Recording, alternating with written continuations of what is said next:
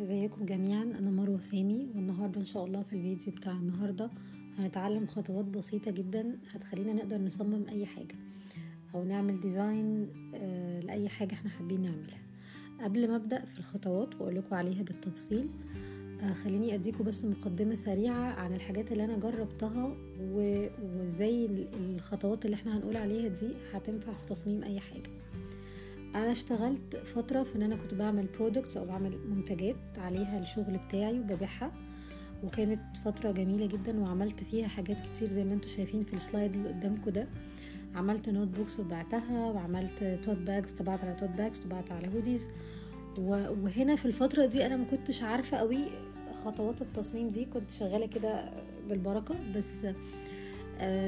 بس اتعلمت كتير قوي في الوقت ده، وخدت كورسات وفهمت الدنيا بتبقى ماشيه ازاي الخطوات دي بتسهل عليكم الدنيا وبتودي الشغل في حته تانية. انا اشتغلت زي ما بقول لكم في ان انا اطبع على منتجات وابيعها، واشتغلت كمان كنت بعمل انا مع نفسي يعني مشاريع خاصه بيا انا، ان اقعد مثلا اعمل تصميم لاغلفه كتب، او ان انا اعمل تصميمات لقصص اطفال مختلفه. طيب ليه ده مهم؟ يعني النقطة دي دي أول خطوة احنا هناخدها النهاردة، ان انتوا تبقوا مستعدين قبل ما تلاقوا أي شغل. يعني ايه مستعدين؟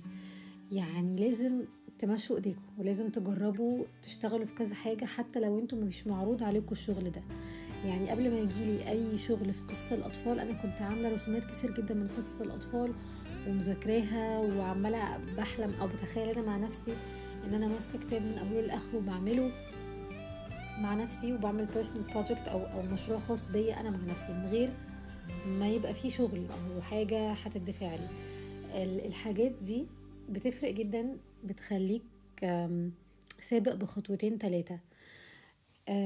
ونفس الحاجه انا مثلا انا لسه على فكره ما صممتش ولا كتاب، يعني ما اتنشرليش كتاب قبل كده غلاف لكتاب، بس عملت أغلفة كتب كتير جدا موجودة في السوق. بجيب الكفر القديم وأقرأ الكتاب وأشوف كده ممكن أزود عليه إيه، ممكن أغير إيه في الديزاين، وأقعد أنا أشتغل مع نفسي.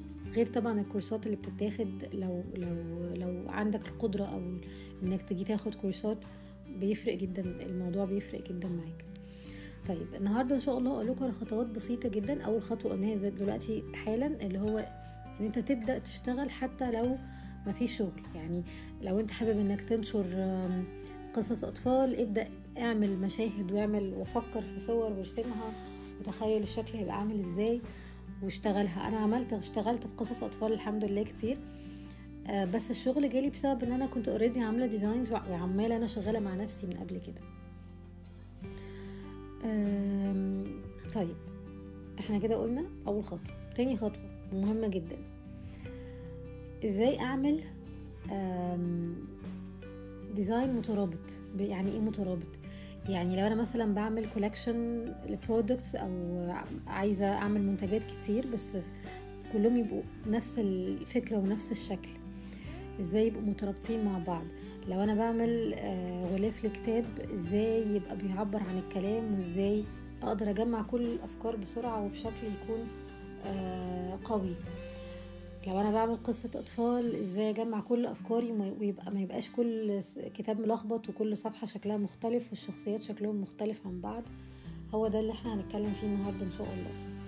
خليني بس افتح برنامج بروكريت عشان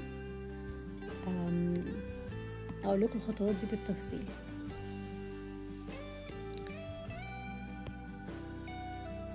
اول حاجة مهمة جدا نعرفها عشان نصمم اي حاجة اسمها، معلش القلم شكله غريب، نجيب برش كويسة.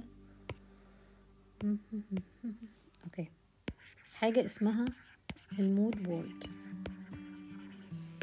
ايه المود بورد دي؟ المود بورد دي بتجمع كل الافكار اللي انا عايزاها في حتة واحدة. يعني لو انا مثلا بعمل غلاف لكتاب، انا دلوقتي عايز اصمم غلاف لكتاب، هعمل ايه؟ الكتاب مثلا، خلينا ندي اكزامبل حقيقي ما حصل يعني وانا بشتغل مع نفسي.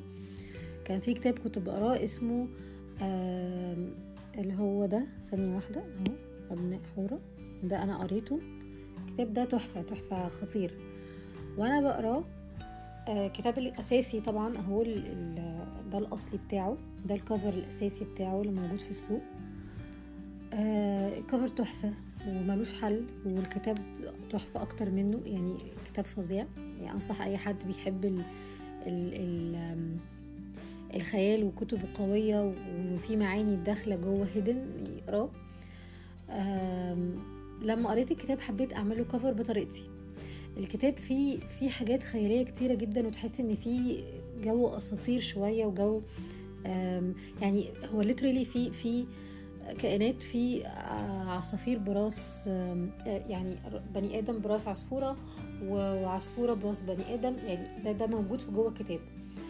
فانا حسيت ان شوية كأنه قصص من الفولكلور، فحبيت اخلي الكتاب بتاعي ليه شبه رسومات الفولكلور، الحاجات اللي هي مرسومة بالايد، وحاجات بدائية، وحاجات مش معمولة ومش مترتبة جامد قوي. فحطيت الفكرة دي في دماغي وبدأت ارتب عليها او احضر المود بورد بتاعي. طيب نيجي للمود بورد بتاعي. عملت ايه بقى؟ اول حاجة عشان تعمل مود بورد قوية هتعمل سيرش على كل حاجة في الافكار اللي عندك. انا زي كده حطيت الافكار، لو انا عايزة اهو كده انا عايزة اعمل ديزاين لكتاب ابناء حورة. تمام، اول حاجة جت في دماغي الفولكلور. تاني حاجة في دماغي جت في دماغي الالوان الكتيرة. عايزة الوان ليها علاقة، دايما الوان الرسومات الفولكلورية بيبقى الوان فاقعة، اخضر احمر اصفر ازرق، ما بتبقاش الوان ناعمة او خفيفة. المود بورد المفروض يبقى شامل حاجات كتير، شامل الافكار بتاعتي او الجو اللي انا عايزة احطه، وشامل طبعا حاجة مهمة جدا الالوان، الكولر باليت بتاعتي. طيب بعد ما حددت الاتجاه بتاعي رايح فين شوية، هبدأ اعمل السيرش بتاعي.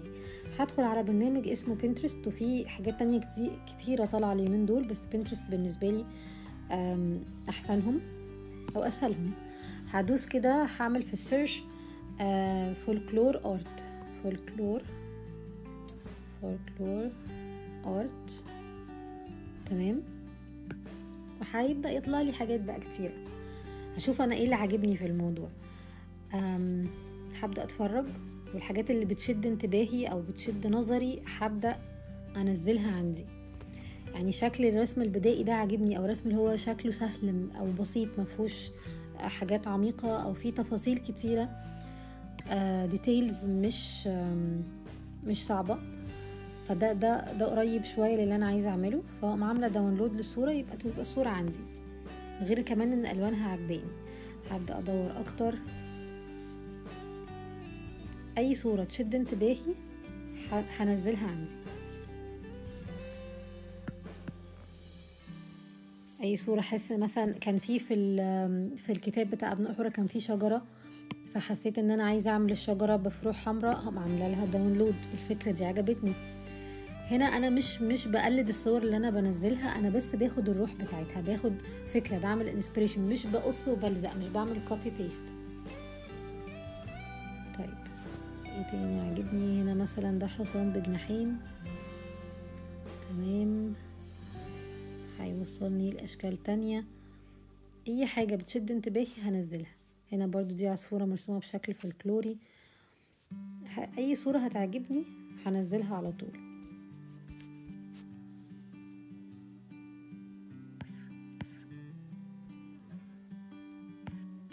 هنا modern folk art، هدخل فيها اتفرج.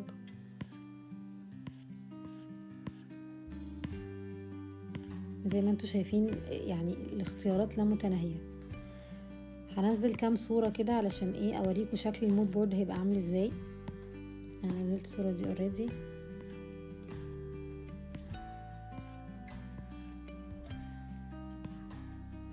كان المفروض احضر المود بورد قبل ما ابدأ، بس حبيت اعملها معاكم ستيب باي ستيب. تمام، مثلا الصورة العجيبة دي داونلود. هنا مثلا عجبني الالوان، مش لازم يعجبني رسمة معينة، ممكن يعجبني الالوان، يعجبني فكرة ان الحاجة مترتبة قوي. هنا برضو الرسومات شكلها عجباني. هنا ده مفروض ان هو انسان براس عصفورة، الفكرة اللي انا بدور عليها. فممكن اعمل لها برضو داونلود. طبعا انا بعمل ده قبل ما اعمل الكفر، يعني انا بحضر المود بورد بتاعتي قبل ما احضر الكفر.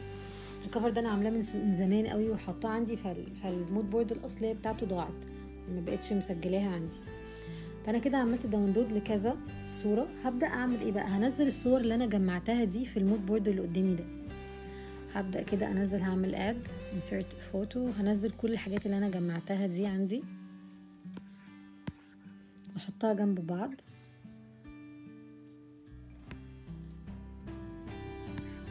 عشان الفكره عندي تكتمل، تبقى كل حاجه الجو بتاع الكفر، الالوان، كل حاجه تبقى متجمعه في ورقه واحده عندي.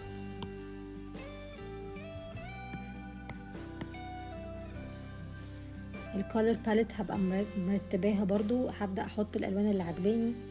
ابدا كده اعمل بيك للون وابدا الون، احط الالوان بتاعتي اللي عجباني. عجبني اللون الاحمر، لون الصريح، اللون الاصفر. هبدا اخد الالوان، اخد الافكار، اخد الدرجات اللي عجباني واحطها. الازرق،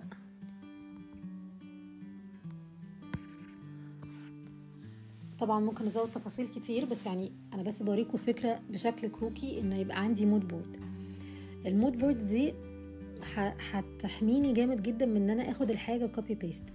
ما ينفعش ان انا اخد تصميم موجود واحطه زي ما هو كاني بنقل او بقلد. الخطوات ان شاء الله اللي هنعملها النهارده في الفيديو هتخليكم يعني تعرفوا انتوا تبتكروا من غير ما تقلدوا، من غير ما تحتاجوا تعملوا تقليد لحاجه صوره عجباكوا او اي حاجه. بعد ما بخلص المود بورد بيجي مكان بقى ايه الخطوه اللي بعد كده. ايه الخطوه اللي بعد كده؟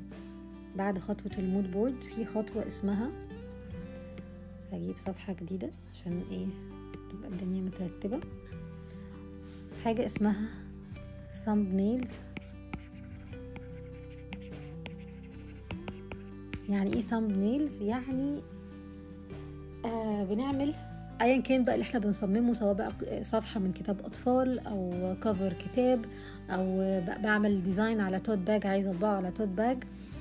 يعني مثلا لو انا بطبع على توت باج بقى عامله المربع بتاع التوت باج كأن الشنطه قدامي، وابدا اعمل مربعات كتير. هنا في الحاله اللي احنا عاملينها دي اللي هو الكتاب، هبدا اعمل شكل الكفر من قدام. انا كده عايزه بس اصمم الكفر من قدام. هبدأ اعمل مستطيلات كتير عشان اتخيل انا هحط الحاجة بتاعتي فين، هحط العناصر بتاعتي فين، وهيبقى شكل الكتاب عامل ازاي من بره. بتخيل شكله. هجيب هنا، انا هنا كنت عاملة المود بورد، هنا هعمل لها سيف عشان تبقى عندي في الجاليري. سيف، تمام. هسيبها عندي، وهاجي هنا وانا بشتغل على ثامب نيلز هحط المود بورد ده قدامي. ايميجز هجيبها من على الجاليري، هخليه قدامي، هبقى شايفاه كده قصاد عيني. طبعا اصلا اقل مود بورد بتبقى بالنسبه لي انا بتبقى مليانه مليانه مليانه صور. انا هنا عامله لكم مود بورد بسيطه جدا عشان بس اوريكم فكره. طيب انا كده الاتجاه بتاعي واضح. الكتاب انا قريته وعارفه فيه حاجات كتير جدا نفسي احطها في الكتاب، زي الشجره والعصفوره، وكان في عرايس بحر في الكتاب وحاجات كتير قوي. كل ده حطاه في دماغي. فهبدا اتخيل الشكل بشكل كروكي. يعني مثلا ايه، هحط العنوان فين؟ هحط العنوان هنا كده مثلا بشكل دائري. هجيب الشجره جايه من الجنب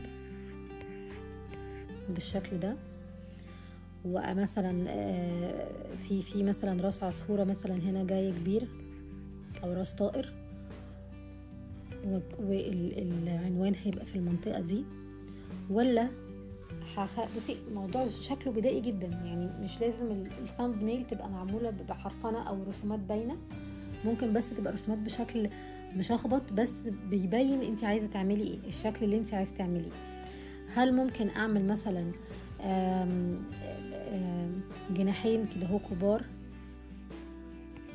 لان الابطال بتوع القصة طيور، تمام. وهكتب العنوان كده في النص في الحتة دي، وهعمل مثلا هنا فروع شجر كتير طالعة من جنب وشجرة جاية من تحت. تمام، دي كلها افكار. وهنا مثلا في الباك جراوند في سحاب، انا ببقى فاهمه انا بعمل ايه، انا متخيله الشكل وفاهماه. ولا هعمل الشجره جايه كده من النص، والعنوان كده هنا، ومثلا في هنا في طائر واقف زي ما انا عامله الكتاب دلوقتي. وفي مثلا ديل عروسه بحر باين عشان يبين الديزاين، او يبين الشخصيات، او يبين قد ايه في قصص جوه الكتاب. فبتقعدي تتخيلي اقل حاجه، يعني مفروض نعمل ثامب نيلز على قد ما نقدر، علشان كل ما بتعملي اكتر كل ما الافكار بتبقى احسن، كل ما بتطلعي بتبدعي اكتر في الافكار بتاعتك، كل ما بتعملي عدد اكبر من الثامب نيلز. فاحنا كده خدنا خطوه المود بورد وخطوه الثامب نيلز. بعد ما بتعملي ثامب نيلز كتيره جدا على قد ما تقدري، بتبداي تشوفي ايه اكتر شكل عاجبك، او اكتر رسمه حاسه ان هي لا هو ده اللي انا عايزه انفذه. ممكن كده ثامب نيل يعجبك وتنفذيهم كلهم، بس كل ده تمرين ليكي، ودي حاجه تحفه. ان شاء الله يعني فيديو جاي هنتعلم حاجه عن التكوين، ازاي في بيبقى في رولز او حاجات عشان تخلي الحاجه بتاعتك تظهر بشكل افضل. ده ان شاء الله ممكن نعمله فيديو تاني. بس لغايه ما نعمل فيديو تاني، في الثامب نيلز دي هتوفر عليكي حاجات كتيره جدا. بعد ما بتستقري على الثامب نيل، بتبداي بقى في الديزاين بتاعك، بتجيبي صفحه فاضيه وتبداي تعملي الديزاين بتاعك.